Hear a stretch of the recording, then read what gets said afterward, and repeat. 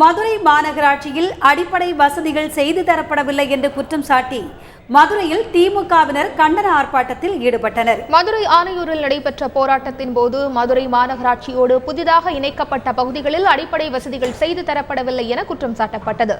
போராட்டத்திற்கு தலைமை தாங்கி பேசிய முன்னாள் சபாநாயகர் சீரப்பட்டி முத்தையா, எந்த மாநகராட்சியை விடவும் மதுரை மாநகராட்சியில் அதிக சுகாதாரக்கேடு அடைந்துள்ளது என குறை கூறினார். தங்களது போராட்டத்திற்கு மாநகராட்சி தொடர்ந்து தடை விதித்ததாக புகார் கூறிய அவர், திமுக ஆட்சிக்கு வந்தால் அனைத்து வார்டுகளிலும் அடிப்படை வசதிகள் செய்து தரப்படும் என்று உறுதியளித்தார்.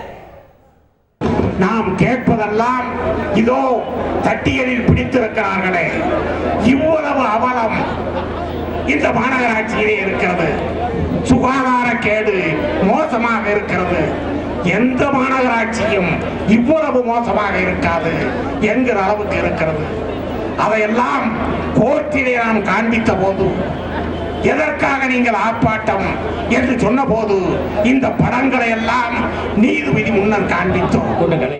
இதேபோல் விருதுநகர் மாவட்டம் சாத்தூரில் கண்மாய்கள் மற்றும் கால்வாய்கள் தூர்வாரப்படவில்லை என கூறி திமுகவினர் ஆர்ப்பாட்டத்தில் ஈடுபட்டனர். போராட்டத்திற்கு தலைமையேற்று பேசிய முன்னாள் அமைச்சர் சாத்தூர் ராமச்சந்திரன், மக்கள் நலனுக்காக திமுக அரசு கொண்டு வந்த எந்த திட்டத்தையும் அதிமுக அரசு செயல்படுத்தவில்லை என்று குற்றம் சாட்டினார்.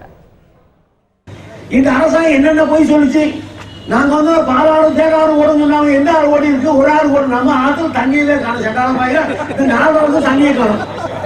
மாறுகால தண்ணி தான் ஓடுது. அது ஒரு செட்டா போன கட்டா புரியுவாங்க.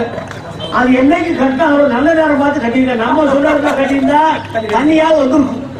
நம்ம சொன்ன இடத்துல எந்த வேலையும் பார்க்கக்கூடாது. செக்ரட்டரி இருக்கக்கூடாது, லைப்ரரி இருக்கக்கூடாது, ரோடு இருக்கக்கூடாது. நம்ம எது பண்ணாலும் நம்ம சொன்னது நடக்கக்கூடாது.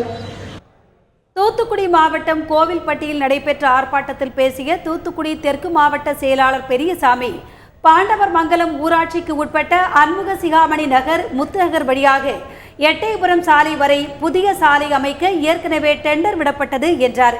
ஆனால் இதுவரை எந்த பணிகளும் நடைபெறவில்லை என்றும் அவர் புகார் தெரிவித்தார்.